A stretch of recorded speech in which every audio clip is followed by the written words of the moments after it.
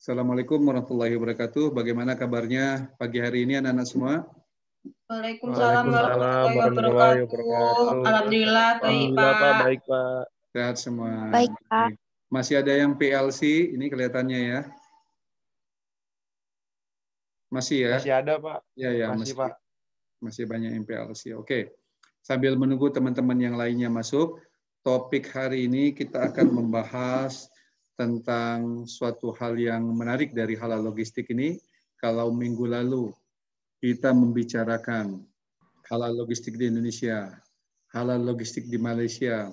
Nah, hari ini kita akan membahas tentang the potential of halal industry in ASEAN countries. Jadi kita akan membahas tentang industri halal ini di negara-negara ASEAN. Oke ya, negara-negara ASEAN. Nah, anak-anak sekalian, negara-negara ASEAN tentu sekali sudah familiar lah begitu ya. Nah, anak-anak kalau dari negara ASEAN ini, saya misalkan tanyakan ke Mas Ahdan dulu, Mas Ahdan. Negara ASEAN yang paling maju negara mana, Mas Ahdan? Singapura Pak. Singapura ya. Sudah sering ke Singapura dan? Belum Pak. Nah, kalau Singaparna gimana? Sudah Adan? Singaparna belum juga. Oh belum ya. Siapa yang suka ke Singaparna ini? Yunike pernah ke Singaparna nggak ini? Atau Indani? Ada yang sering ke Singapura? Singapura? Belum, Pak. Belum ya. Mudah-mudahan nanti setelah pandemi dapat rezeki bisa jalan-jalan ke sana ya, ke Singapura. Kalau sekarang lagi tutup ini, nggak bisa masuk ke sana juga. Nah, kemudian negara yang paling maju dalam arti kata majunya itu berbagai macam kriteria.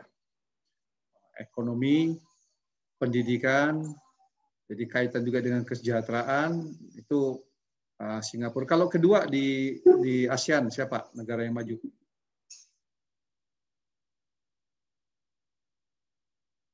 Siapa? Bisa Salsa, bisa memberikan pendapat kira-kira mana yang maju negara ASEAN yang kedua? Gimana, Pak? Negara ASEAN di kedua yang paling maju. Malaysia, Pak. Malaysia. Oke, Malaysia. Kemudian siapa lagi?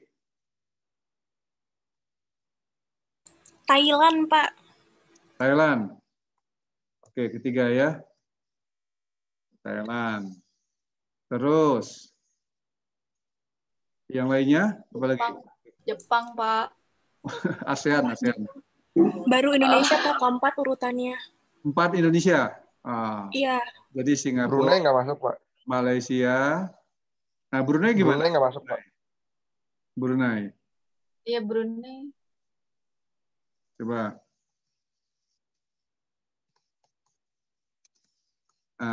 Salah satu kriteria yang digunakan mungkin bisa lihat GDP-nya. GDP. Negara-negara ASEAN. Atau PDB lah gitu ya, pendapatan domestik bruto. Yang paling besar pendapatan domestik brutonya itu negara ASEAN itu kan ada 10 ya. 10 atau 11? 10 Pak. 10 ya. Tahu saya. Oke, 10. Nomor 1 yang paling besar, stop sharing dulu ya. Nomor 1 yang paling besar ini kelihatan. Yang paling kelihatan nggak di layar? Yang paling besar adalah pendapatan per kapitanya Singapura. 95.603 US dollar per kapita. Ya, 95.000. Nomor 2 mana? Ya, Brunei Pak. Brunei. Pak. Brunei pendapatan per kapitanya paling besar ya. Brunei 60. Sultan Brunei. Nomor 3 Malaysia. Malaysia 27. Oke, nomor 4 Thailand. Thailand. 18.000 ya. 18. Ya, Pak. Terus nomor 5 Indonesia. Indonesia 12.000. Oke. Nomor 6 Vietnam, Pak. Vietnam 10.000. Baru di bawahnya ada Laos, Myanmar, dan Kamboja. Nah, jadi kita nomor 5, Pak. nomor 5. Oke, sip. Kita nomor 5. 5, Pak. Ya. Nomor 5 ya. Oke. Nah, sekarang kita lihat ini. Kalau dari segi halal industri, kalau tadi kan dari segi pendapatan domestik brutonya ya, pendapatan domestik bruto. Dari segi halal industri, negara ASEAN mana yang paling besar potensi industri halalnya? Malaysia, Pak. Malaysia, Pak. Malaysia. Pak. Indonesia.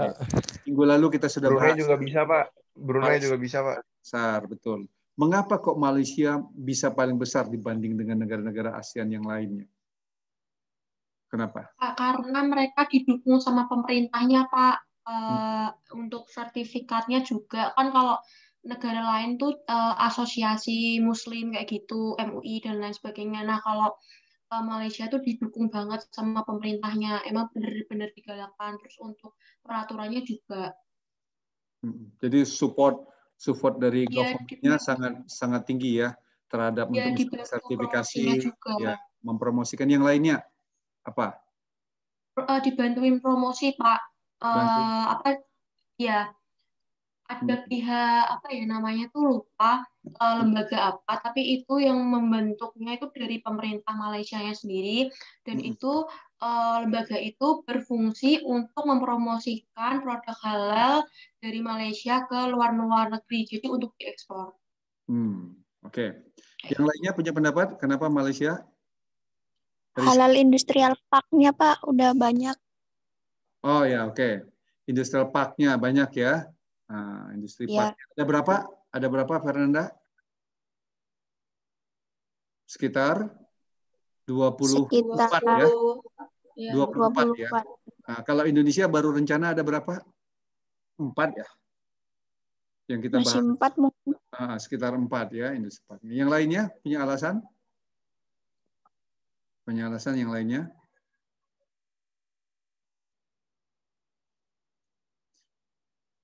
Mereka ada punya suatu lembaga namanya HDC ya. HDC ini lembaga yang didirikan oleh pemerintah Malaysia untuk mengelola industri halal, potensi industri halal di Malaysia. Nah, apa yang dilakukannya? Pertama, mereka melakukan yang minggu lalu kita bahas, mulai meningkatkan capacity building. Jadi, ini kaitan dengan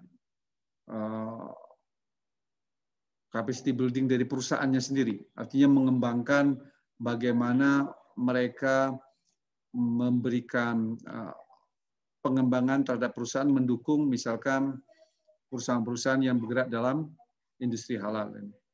Juga melakukan kajian-kajian tentang atau best practice tentang halal, industri halal logistik di berbagai negara. Dan memfasilitasi lebih dari 700 perusahaan untuk kegiatan ini ya. Kemudian juga mereka punya apa lagi? Global Halal Support Center. Betul kan? Nah, apa yang dilakukan? Knowledge gathering, analisis, diseminasi, one touch point gitu ya. Termasuk juga ini ada 14 juta visitor utilization, kemudian dari lebih dari 120 negara yang apa itu bekerja sama dengan mereka.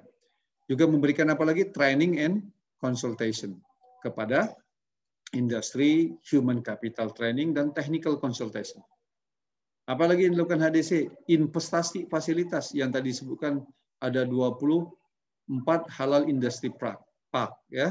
Nah, mungkin sekarang sudah berkembang lagi. Terus memberikan apa lagi? Halal insentif, customized facility, kemudian trade facility, dan juga branding positioning. Nah, ini yang dilakukan oleh HDC sehingga berkembang halal industri di Malaysia. Dan mereka mulainya sudah sejak tahun 1900-an tentang halal. Gitu kan?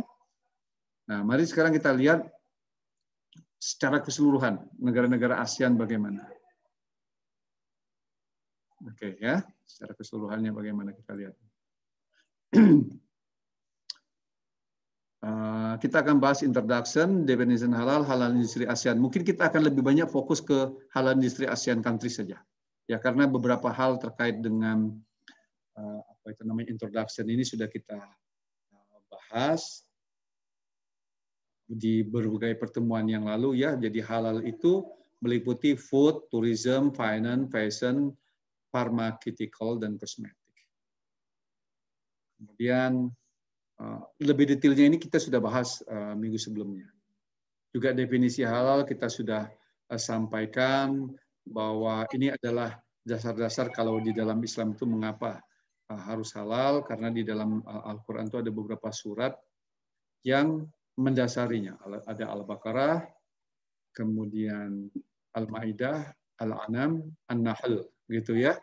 Nah, ini definisi halal yang sudah kita diskusikan minggu lalu juga sebelumnya. Ini untuk mengingatkan lagi aja. Nah, mari kita lihat sekarang halal industri in developed country, negara-negara maju.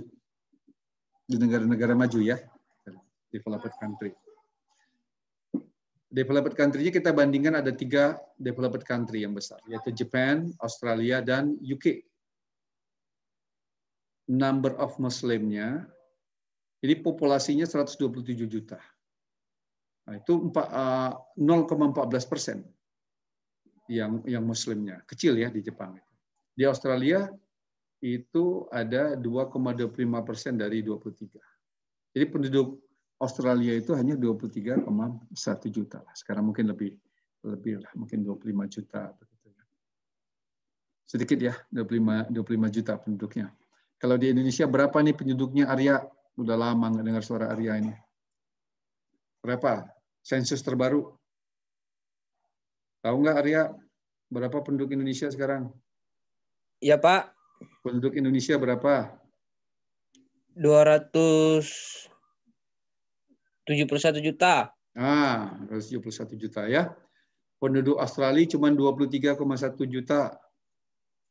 Itu ya. Jadi benua, tapi penduduknya sedikit ya, negara maju. Kemudian UK cuma 64,1 juta, 4,8 Muslim. Kemudian di sana ada ekosistem for halal industry. Apa saja ekosistemnya? Di sini kalau di Jepang itu fokus on providing halal food menu at university, khususnya di university dan international airport. Kemudian juga Jepang melakukan ekspor halal food dan drink to ASEAN, mengekspor makanan-makanan halal dan minuman ke ASEAN. Targetnya Muslim tourist from the sea to Southeast ASEAN and Middle East. Ini Jepang itu aja fokusnya ke arah sana. Kalau Australia fokus on meat production, karena Australia itu terkenal produksi daging ya. Jadi dia fokus halal produksi untuk support ke negara-negara terutama ini. OIC, Organization Islamic Committed Country. Ini negara-negara sasaran mereka untuk mengekspor daging. Daging apa aja ya? Sapi, kemudian kambing, domba, gitu ya. Kemudian kalau UK itu dia fokusnya on meat and poultry production. Poultry yaitu unggas-unggasan.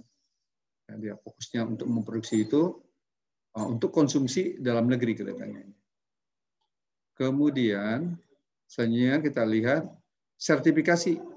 Di Jepang itu yang mengeluarkan sertifikasi halal itu ada Japan Muslim Organization.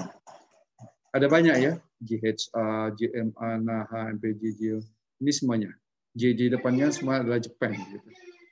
Have mutual certification with, jadi dia juga ada kerjasama dengan JAKIM. JAKIM itu Jabatan Kemajuan Islam Malaysia yang mengeluarkan sertifikasi.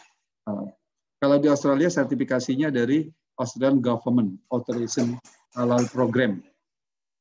Sementara di UK, the Halal Food Authority. Itu gambaran tentang halal industri di negara-negara maju, 3 negara maju yang digambarkan di sini. Oke, kita lanjutkan ya. Lebih jauh, halal industri di Jepang itu bagaimana? Kita lihat. Fokus on halal food tadi di kantin, international airport, dan restorannya. Juga ada event penting di Jepang pada tahun 2021 yang asalnya tahun 2020, yaitu apa eventnya? Ada yang tahu nggak? Ada event penting. Tahun 2021 ini akan dilaksanakan katanya. Ya, mungkin bulan sekitar Agustus ke atas begitulah ya. Apa eventnya? Yaitu Olympic Games. Jadi Olimpik itu harusnya tahun 2020 kemarin di Jepang. Kemudian karena ada pandemi, maka diundur di tahun 2021. Nah, kalau yang ikut Olimpik itu tentu sekali dari berbagai negara. Jadi mereka dalam rangka mempersiapkan itu juga menekankan adanya sertifikasi halal dan industri halal di sana mulai berkembang dalam rangka untuk opportunity to attract Muslim turis. Jadi kalau Olimpik kan pasti ada turis-turis yang datang. Kan harus disiapkan makanan-makanan halal di sana. Kemudian free issue visa for Indonesia, Malaysia, Thailand, increase tourist arrival. Itu kan diberikan bebas visa ya, oleh negara yang saya sebutkan tadi itu. Kemudian there are around 30 million tourist arrival in 2018 in Japan from Indonesia, Malaysia, and Middle East. Ada banyak, itu 31 juta turis Muslim yang perlu sekali untuk diberikan, tentu sekali untuk menarik mereka datang, tentu terus harus ada industri halal, mulai dari makanan, minuman, juga itu entertainment-nya yang halal, begitu ya. Kemudian the local government offers subsidies $820 to restaurant to earn halal certification. Jadi ada subsidi dari pemerintah Jepang terhadap restoran-restoran untuk memperoleh halal sertifikasi. Nah, itu kira-kira yang dilakukan oleh Jepang. Kalau di Australia, tentu sekali Australia terkenal dengan the biggest meat export. Nah, kemudian according to the Dubai Islamic Economic Development Center and Thomson Reuters importer and exporter of halal food, Buffett with the market size more than 2.4 billion. Jadi ada 2,4 miliar US dollar ini Australia itu mengekspor meat daging-dagingan ya ke seluruh negara-negara Muslim ini. The biggest importer of Australia halal meat are Indonesia. Jadi banyak daging-daging sapi yang kita konsumsi itu banyak berasal juga dari Australia. Yang kedua Saudi Arabia dan United Arab Emirates ya, karena lokasi geografis kita yang dekat dengan Australia, jadi impor daging sapi dari Australia itu menjadi prioritas utama dari pemerintah Indonesia. Ya, sehingga transportasi cost-nya lebih murah dibanding dari negara-negara penghasil sapi yang lain, seperti misalkan ada India, ada Meksiko juga ya, atau Brazil. Namun tentu sekali dipilih Australia karena tadi secara cost-nya lebih murah. Kemudian di United Kingdom ini high consumption of halal meat, which are more than the $6 million possible due the demand from the non-Muslim. Oke, jadi daging-daging halal juga dikonsumsi oleh orang-orang yang non-Muslim sebenarnya. Ini lebih dari $6 juta katanya. Kemudian halal red meat production with the market size more than $1 million US dollar in 2014. Kemudian UK Muslim contribute, ini memberikan kontribusi ya, UK Muslim itu, and estimate 31 billion pound atau sekitar ini 46.5 miliar US dollar to the national economy. Jadi kontribusinya sangat besar kepada ekonomi UK. Oke, dalam hal industri halal ini ya. Kemudian halal food sold over 3,000 independent food service outlet across the UK and halal increase of mainstream outlet. Jadi ini terus berkembang industri halal di United Kingdom ini. Karena tentu sekali kalau makanan itu halal bisa dikonsumsi oleh Muslim maupun non-Muslim. Jadi pasarnya ada dua. Mari kita bergerak ke negara-negara ASEAN. Saya mau tanya ini, di ASEAN ini populasi Muslim yang terbesarnya negara mana? Arfan? Indonesia. Arfan ada nih Arfan? Indonesia, Malaysia. Indonesia nomor 1, nomor 2-nya? Malaysia. Nomor 3? Nomor 3 Myanmar. Nomor 3? Myanmar, Pak. Nomor 3? Myanmar. Filipin, Pak. Filipin. Filipin, nomor 3-nya Filipin ya. Ini gambarnya bergeser sedikit. Nomor 3-nya Filipina. Lihat 11 juta, 19 juta, dan 230 juta. Ini persentasenya di kolom ke-4 di sini. Ya, ini tapi tahun 2017. 3 tahun yang lalu ya. Oke. Kalau melihat negara-negara ASEAN ini kan berarti potensi untuk seperti judul dari diskusi kita hari ini di perkuliahan ini adalah bagaimana potensi industri halal di ASEAN. Kita lihat potensinya besar apa kecil ini, saudara sekalian, potensinya. Industri halal. Besar. Besar kan? Tidak nih, dari Muslim populasinya. Karena ini kan akan mengkonsumsi makanan, minuman, pariwisata, tadi ada kosmetik, kemudian juga ada entertainment. Ini termasuk juga ini ya, modis ya. Itu sangat besar sekali. Jadi bukan hanya makanan dan minuman yang saya sebutkan tadi itu, industri-industrinya dikonsumsi oleh populasi yang sangat besar. Karena itu disebut sebagai ini potensi yang the great potential. Ya, potensi yang sangat besar untuk industri halal di kawasan ASEAN ini.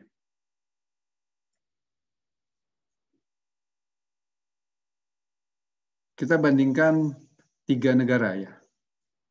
Ya, kita bandingkan 3 negara. Yaitu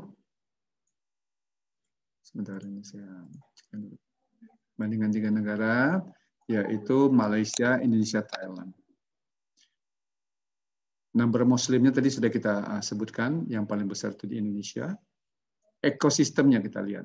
For Islamic tourism. Implemented Syariah law for certain state. Di sini certain province are popular with the beautiful mosque and Islamic history. Ke arah sana begitu ya, jadi kalau di Indonesia itu kebanyakan ke masjid-masjid gitu kan, dan sejarah-sejarah Islam untuk kunjungan pariwisata.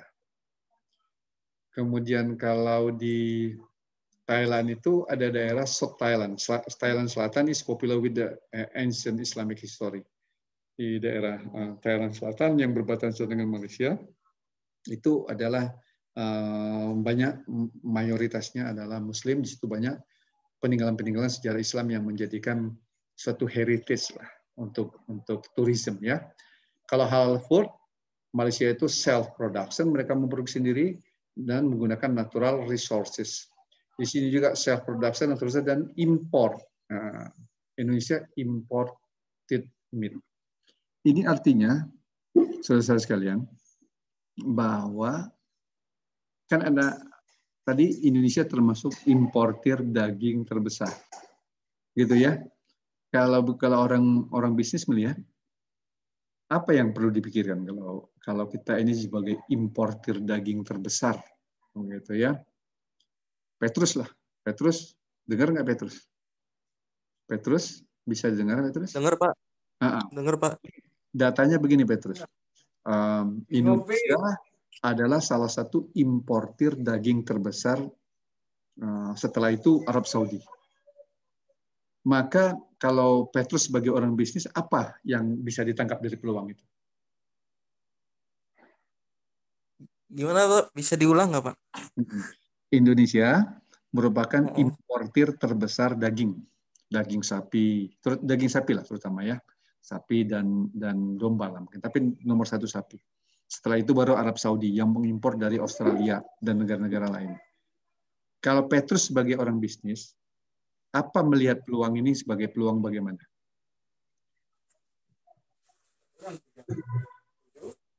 Peluangnya berarti Indonesia memiliki apa Pak?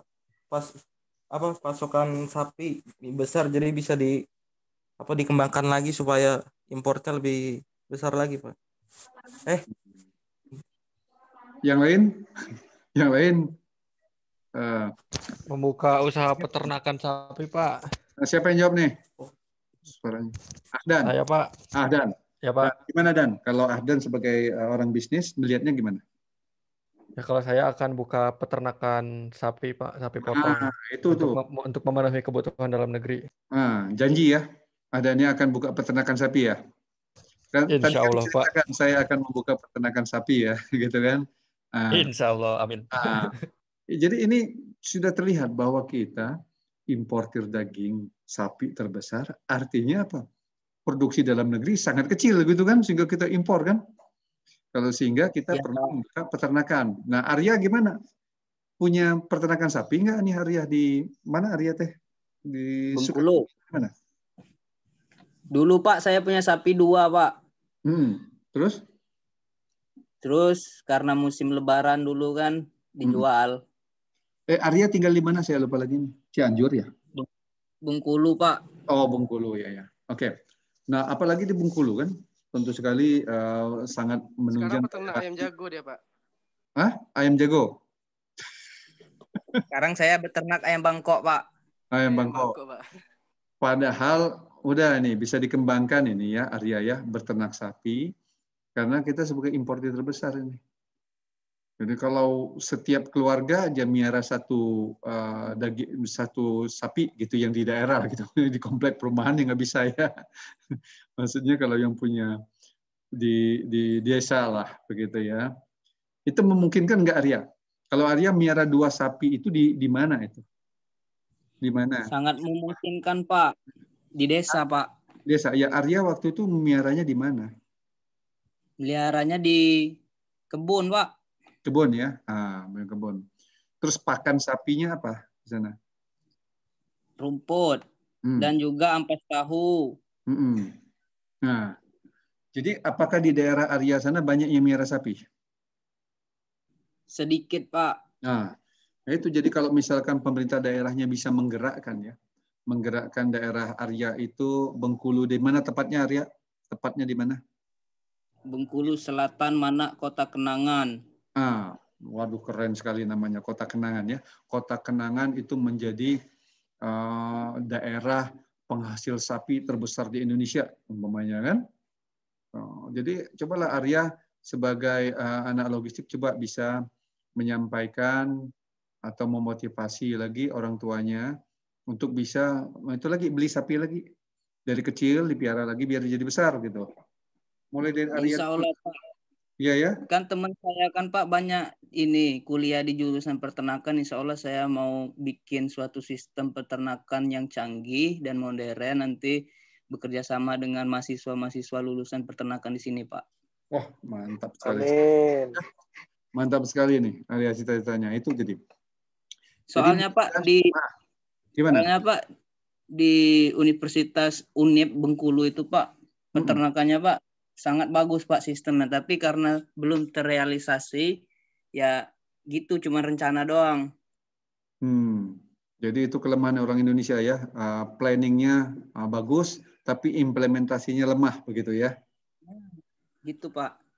Kendalanya itu apa Arya kalau nggak bisa diimplementasikan? Mungkin di dana gitu Pak. Nggak tersedia dana, betul.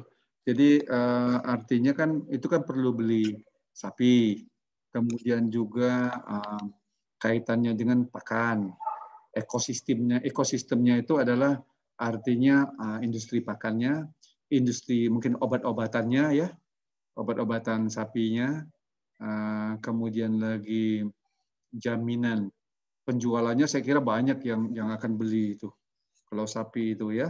Nah, sekarang aja harganya melonjak begitu ya. Biasanya Arya bisa makan 1 kilo, sekarang cuma 100 gram cuma bisa makannya. Karena harganya meningkat gitu ya. Jadi ini potensi kita. Mudah-mudahan lah. Jadi saya doakan nih, semoga saudara sekalian ini ada yang menjadi pengusaha sapi, bikin logistik sapi yang sebagus mungkin. Begitu ya, bikin supply chain sapi, mulai dari apa itu namanya pakannya, kemudian siapa saja supplier-suppliernya, produsennya sebagai apa, kemudian distribusinya. Nah, diusahakan ini semua halal semuanya, sehingga menambah nilai tambahnya ya. Oke ya, saya doakan ya Arya, Ahdan nanti ya punya jadi juragan sapi, begitu ya. Amin. Nah, kalau Petrus juragan apa? Petrus mau jadi juragan apa? Terasi, Pak. Hah? Terasi. Juragan terasi. Ya, udah sama ya. Bagus juga itu juragan terasi ya. Penghasilannya juga gede. Oke, kita lanjutkan di sini. Thailand juga self production natural resources, di sini ekosistemnya, product and service, proper institutional framework. Cuman kalau Indonesia itu cuman produknya saja, service-nya nggak ada. Ya, Thailand itu fokus on production, on canned food, makanan-makanan kaleng, food processing ini kalau Thailand. Kemudian supply chain-nya mostly small scale farm. Kalau di Indonesia mostly small scale farm. Jadi kebanyakan peternak-peternak yang skala kecil. Berbeda dengan Australia itu. Australia itu misalkan satu pengusaha punya ribuan atau puluhan ribu sapi. Ladangnya sangat luas. Kalau kita itu orangnya banyak, untuk beternak sapinya susah. Begitu ya. Jadi satu keluarga misalkan cuma punya 2, punya 1 atau tidak ada. Tapi kalau di sana satu orang pengusaha punya ribuan atau puluhan ribu sapi. Jadi big scale farm. Kalau di Indonesia mostly small scale, skala kecil. Salah certification-nya ini ya, JAKIM, MUI dan SAICOT kalau di Thailand. Kita lanjutkan. Halal industri di Malaysia, terutama kita sudah bahas minggu lalu tentang strong platform halal industrinya, workshop, education, produce compatible human resource tadi dari HDC kan, mereka punya HDC, kemudian ada JAKIM, kemudian juga kerjasama sama Jepang katanya. Kemudian ada Malaysia International Halal Showcase-nya, MIHAS di sana. Ada showcase, jadi ada tempat yang mewadahi untuk produk-produk halal ya. Kemudian ada konferensi World Halal Conference yang mereka lakukan, ini yang tadi diwadahi oleh HDC. Di Indonesia konsumsinya tinggi, apalagi nih selain konsumsi tinggi, jadi konsumsi saja tinggi nih di Indonesia ini. Kalau konsumsi tinggi berarti dia cuma jadi market, harusnya jadi kalau kita ingin makmur kita harus jadi produser yang memproduksi, jangan jadi pasar. Gitu. Based on 2018 data Indonesia is the highest country the Muslim consumer food consumption-nya, ini konsumsi yang paling besar, bukan produser yang besar. Ini yang perlu kita perhatikan ke depan, saudara sekalian, bagaimana merubah dari konsumsi menjadi production. It is an opportunity that foreign firm cannot resist. Indonesia Halal Lifestyle Center recorded, kita baru ada 10 potensial halal business sector that are growing in Indonesia. Apa aja itu? Food, education, fashion, cosmetic, pharmaceutical, media, recreation, travel, art, culture, health, and Syariah financial industry. Oke. Kalau di Thailand is country with the less Muslim population. Sedikit populasi Muslimnya ya. Demand for halal has increased. Tapi in another side, the halal food has increased about 20% annually. Jadi meningkat setiap tahun 20% ini.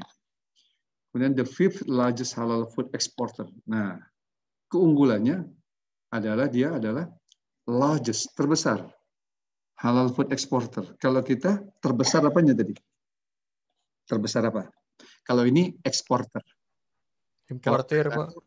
Importer sapi. Importer. Kita the largest halal food importer. Kalau Thailand the largest halal food exporter. Karena itu bisa ke depan Thailand akan lebih makmur atau lebih maju dibanding kita. Kenapa? Karena mereka exporter, sementara kita importer. Food processing is the core strength of the Thai industry. Dulu kan kita semuanya Bangkok semua ya. Apa aja yang kaitan dengan yang Bangkok itu? Arya masih ingat nggak? Yang kaitan dengan Bangkok apa aja? Arya atau Ahdan? Apa, Pak? Yang kaitan dengan Bangkok, dengan Thailand. Ayam Bangkok. Ayam Bangkok. Lagi. Buah-buahan. Jeruk Bangkok. Durian. Bangkok. Durian Bangkok. Apalagi?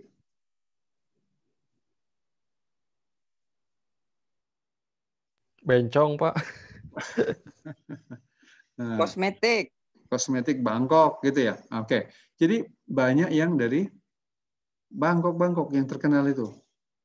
Padahal kita banyak ada Institut Pertanian Bogor gitu ya, tapi kalah dengan Bangkok. Oke. Kita lanjutkan ini. In 2018 Thailand has exported halal food ini to 57 Islamic country and achieved approximately $6.8 billion. Tuh lihat, hebat ya, eksportir.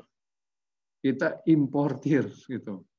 The established relevant institute, the Halal Standard Institute of the Thailand, HSIT, and the Halal Certification Center at the Faculty of Allied Health Science of the Chulalongkorn University. Itu jadi Chulalongkorn University adalah lembaga perguruan tinggi yang menjadi tulang punggung dalam hal science center di bidang halal ini. Kalau di Indonesia belum dengar saya ada universitas yang mendeklarasikan diri mereka sebagai halal science center. Kalah sama Thailand ya, yang muslimnya sangat sedikit. Kita muslimnya sangat besar, tapi belum ada satu perguruan tinggi pun yang mendeklarasikan dan mencuat sekarang. Begitu nggak ada ya. Mungkin adalah mendeklarasikan sedikit dalam state PC-nya atau apa, tapi terbukti mencuat tidak ada. Oke.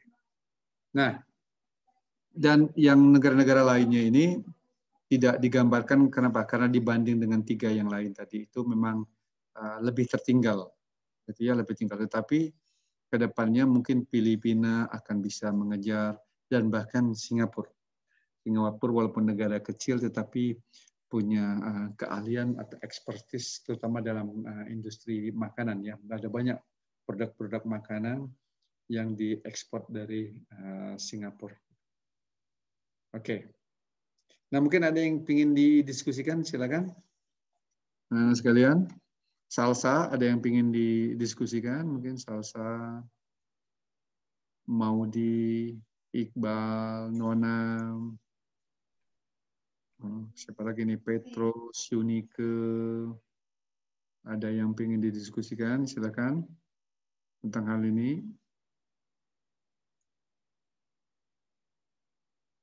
Iqbal. Iya, Pak. Nggak ada, Pak, saya, Pak. Aulia lagi PLC di mana, Aulia? Saya udah selesai, Pak. Sudah selesai. Iya. Ya.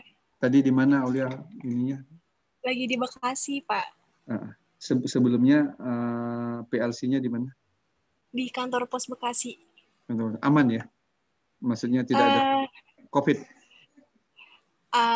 Ada, Pak. Cuman ya tetap patuhi protokol aja. Iya. Alhamdulillah ya. Mudah-mudahan anak-anak semua nggak ada itu ya. Nggak ada masalah. Iya, saya. Ada mahasiswa saya yang RPL. Yang RPL ada yang sakit gitu. Tapi dia pegawai pos. Oke. Mudah-mudahan saudara semua aman ya. Sehat-sehat semua. Aulia mungkin ada yang ingin dikomen tentang negara-negara potensi negara ASEAN ini dalam hal halal, bagaimana menurut pendapat Aulia bagaimana ke depannya ini Indonesia harus mengambil peran bagaimana menurut pendapat Aulia? Kalau kita kan sudah tertinggal dengan Malaysia, Iya, dengan Pak. Thailand juga, apa yang mesti lakukan kira-kira? Jadi menurut saya pangsa pasar halal itu nggak bisa dilepas ya dari demand konsumen gitu. Kedepannya Indonesia itu sebagai penduduk Muslim terbanyak atau memiliki Muslim population terbanyak itu harus meningkatkan industri di bidang yang bergerak di bidang halal lagi. Jadi kayak pemerintah harus melakukan berbagai inovasi, mulai dari support dari para industri, kayak kita udah beberapa unggul, contohnya kayak produk Wardah yang udah dikirim ke seluruh dunia gitu Pak, kosmetik halal terkenal Indonesia. Mungkin beberapa lagi, mungkin kita harus punya inovasi atau perkembangan lebih baik lagi supaya kita bisa ngejar Malaysia Pak gitu. Iya. Ini memang seperti yang Aulia katakan, kita mungkin harus mengambil prioritas di mana begitu ya yang akan dikembangkan, karena industri halal ini tadi kan ada makanan, minuman, ada pariwisata, ada kosmetik, ada obat-obatan, ada entertainment, ada perbankan begitu ya. Misalkan tadi ada potensi di fashion begitu ya, fashion yang tadi fashion dan kosmetik. Mungkin itu perlu didorong oleh pemerintah, diberikan subsidi, bantuan, bantuan seperti Malaysia itu macam-macam ya dilakukan tadi yang oleh HDC itu ya, ada 6 hal yang dilakukan seperti Malaysia itu untuk mendorong yang menjadi prioritas sehingga dia bisa berkembang dan mengungguli negara-negara lain seperti tadi contohnya Wardah khusus kosmetik gitu. Iya Pak, ya. Kosmetik dan skincare. Terus Wardah itu Pak udah termasuk brand halal terkenal di dunia. Jadi dia termasuk Indonesia tuh ekspor ke Dubai, gitu Pak. Iya, Terus yang kedua itu ada Safi. Safi itu tapi dari Malaysia Pak, termasuknya dari banding Wardah lebih unggul Wardah gitu. Oke, sip. Mungkin sudah ada cikal bakal industri yang bagus begitu, harusnya pemerintah ada perhatian ya untuk mendukung itu supaya lebih besar lagi dan menciptakan lagi ekosistem yang mendukung. Selain itu juga menciptakan atau mendorong industri yang sejenis yang lainnya supaya bisa juga unggul juga. Oke. Kemudian kalau Salsa ada pendapat, Salsa? Bagaimana cara meningkatkan ini? Cara meningkatkan keunggulan industri halal di Indonesia untuk mengejar Malaysia dan Thailand. Ya, menurut saya hampir sama Pak, sama seperti yang dikatakan sama Aul. Jadi apa ya Pak, dari pihak masyarakatnya sendiri ya harus sadar, maksudnya tuh kita misalnya salah satu contohnya nanti Aul bakalnya jadi pembisnis dan lain sebagainya, jadi itu meningkatkan angka angka jumlah pembisnis di Indonesia, pengusaha kayak gitu. Nah habis itu kita lihat prospeknya Indonesia lebih unggul di aspek mana, misalkan fashion tadi, jadi perlu dibenahi, didukung untuk infrastrukturnya juga, terutama untuk modal Pak. Soalnya kalau di daerahnya Salsa sebenarnya tuh ada Pak, dia unggul di bagian pertanian, kedelai itu nomor 2 se-Jawa Tengah. Tapi Pak, dari pihak pemerintahnya sendiri, maksudnya tuh masih harga kedelainya tuh masih kalah dengan harga kedelai impor. Padahal di sini penghasil kedelainya tuh udah melimpah ruah kayak gitu. Tapi dari orang-orangnya sendiri kayak pengusaha tahu tempe kayak gitu tuh masih pada pakai impor karena harganya lebih murah impor kayak gitu. Nah, kan karena ada kesenjangan harga, ternyata itu Pak namanya dari pihaknya petaninya yang masih ketergantungan sama tengkulak, terus habis itu dari saluran distribusinya yang kurang dibenahi dan sebagainya. Jadi perlu infrastruktur, kan kadang juga petani bingung. Sehingga kalah bersaing ya. Nah, dengan kalah bersaingnya nanti industri dalam negeri mati, karena itu pemerintah melindungi industri dalam negeri tadi kedelai, termasuk tadi mungkin dari kita kan punya Kementerian Pertanian ya, Pertanian termasuk peternakan. Bagaimana mungkin punya program itu di satu desa itu minimal ada 30% warganya memelihara sapi dan ternak yang lainnya. Itu memenuhi kebutuhan yang sangat besar. Lebih baik lagi kalau misalkan itu Pak, kita ekspor tapi nggak berupa bahan mentah, jadi udah diolah sama kita dulu. Jadi kan itu lebih baik. Percuma kalau kita ekspor tapi berupa bahan baku, terus habis itu dikelola sama negara lain, terus kita lagi. Kita juga sama aja ya Pak ya. Jadi menurut saya yaitu bahan mentahnya dari kita, terus habis itu kita juga bisa ngelolanya untuk jadi barang jadinya, terus baru kita ekspor ke negara lain kayak gitu. Itu malah menurut saya lebih baik sih Pak. Soalnya kalau bahan mentah ya gimana ya Pak, zaman sekarang tuh misalkan baju yang bermerek itu padahal bahan bakunya dari Indonesia, cuman habis itu diekspor ke luar negeri jadi brandnya mereka, terus masuk ke negara kita beli, padahal itu punyanya kita sendiri sebenarnya. Gitu. Jadi kita ketipu di situ brand ya, padahal itu produksi dalam negeri, dibeli di pasar baru atau di Jakarta itu pasar apa? Salsa kalau Jakarta itu lupa yang terkenal. Tanah Abang, dibeli di Malaysia atau Singapura, di brand merek Singapura. Ya. Nah, terus kita beli. Jadi artis-artis kita beli, wah barang Singapura. Itu brand. Padahal dari Abang. Ya, itu jadi kita tertipu ya. Oke, sip. Ya, soalnya itu Pak, saya kan di sekitar saya ada salah satu pabrik. Nah, itu tuh pabriknya itu punyanya Adidas Pak. Oh, sepatu ya? Jadi, jadi untuk sepatu, untuk kaos-kaosnya juga kayak gitu. Pokoknya yang olahraga brand kayak gitu, dia tuh ekspor impornya. Jadi itu dari bahan bakunya dari kita, terus untuk itunya pelabelannya dan sebagainya sana kayak gitu. Tapi dari mentahannya dari kita kayak gitu. Iya. Iya betul. Ada beberapa memang produk yang seperti yang Salsa sebutkan itu yang dia tidak masuk di pasar Indonesia, cuman diproduksi aja di Indonesia langsung diekspor ke luar negeri. Kalau Indonesia mau beli ya harus impor lagi begitu ya. Jadi harganya mahal kalau yang original. Tapi juga kita banyak Adidas yang KW ya, bisa belilah di Shopee dan yang lainnya ya. yang harganya di bawah 100.000. Kalau yang saya bilang tadi harganya mungkin 1 jutaan lebih ya. Yang original ya. Yang ori ya. Oke, sip.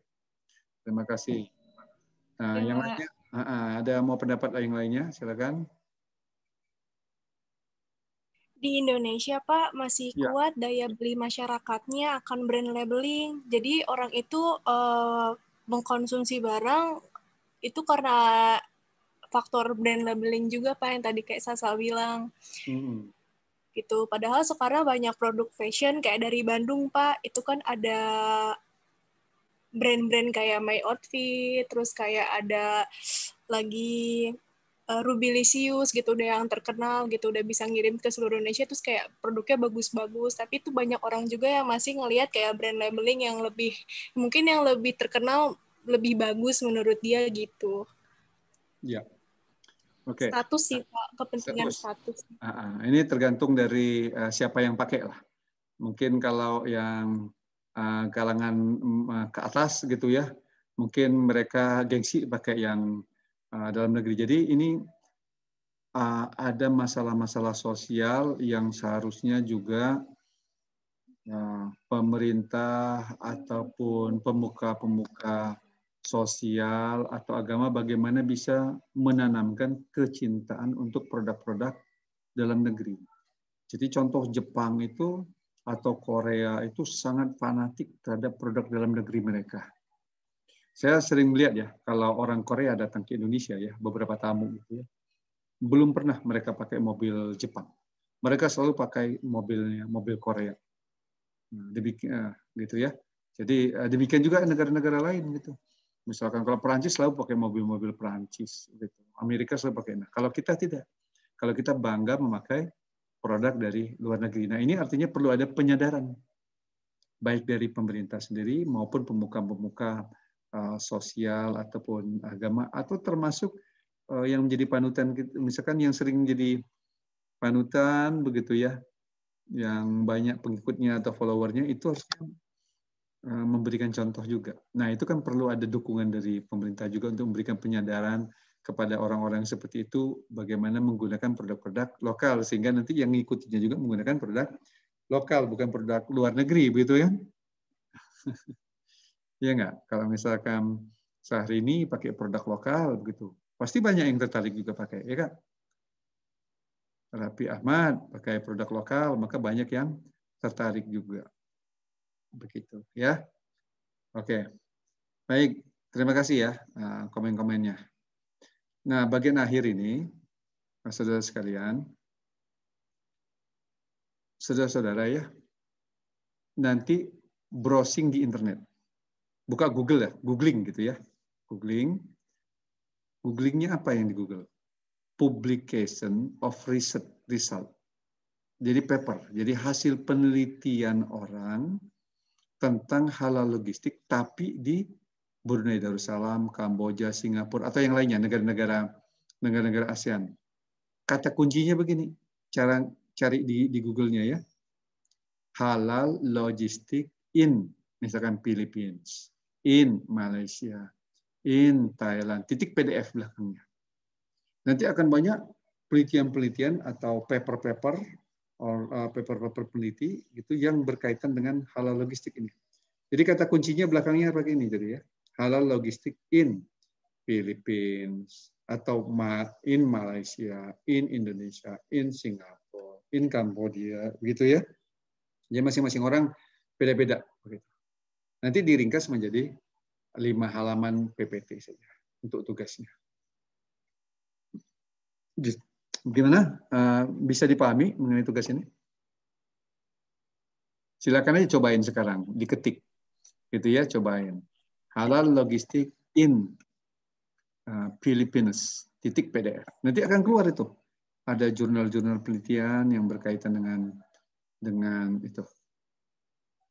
Dengan apa itu namanya, paper-paper penelitian berkaitan dengan halal logistik. Sudah ada yang coba nggak?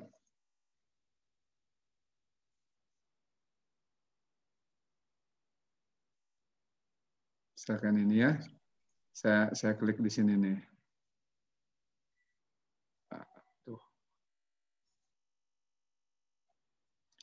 Nah, di sinilah ya. Saya klik misalkan begini. Halal logistik in Singapura.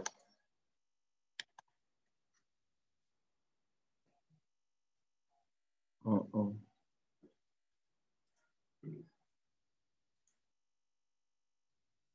Di sini ya.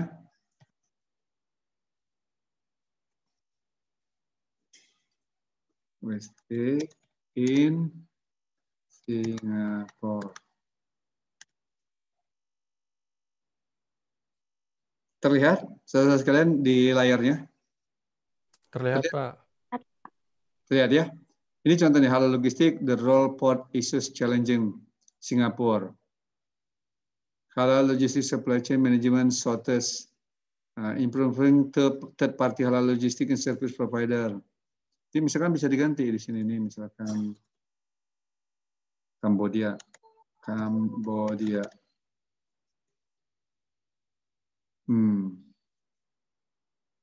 Nih, ada di Kamboja. Ya. Kemudian Philippines dan seterusnya. Ya, jadi nggak susah ya. Oke, ada pertanyaan mengenai tugasnya, saudara sekalian? Jelas? Cukup jelas? Cukup jelas, Pak. Jelas ya? Pak, setelah itu Jelas, Pak. diapain lagi, Pak? Silakan Arya. Setelah menemukan paper yang tadi, Pak, diapain lagi, Pak? Diringkas. Diringkas. Jadi 5 halaman dari paper itu. Diringkas saja. Jadi judulnya apa, latar belakangnya apa, hasilnya apa, kesimpulannya apa. Ya. Dibikin video, Pak? Enggak. PPT, file PPT. Oke. PowerPoint saja. Itu kan ada tulisannya dibuat PPT. Ya, PowerPoint, bukan video. Ya. Ya, Pak. Disimpan itu semua file-filenya untuk ujian nanti. Untuk ujiannya file-filenya. Jangan dibuang kalau sudah dibuat tugasnya. Oke? Jelas? Oke, Pak. Nah, Baik, jelas. Pak. Jelas. Baik. Alright.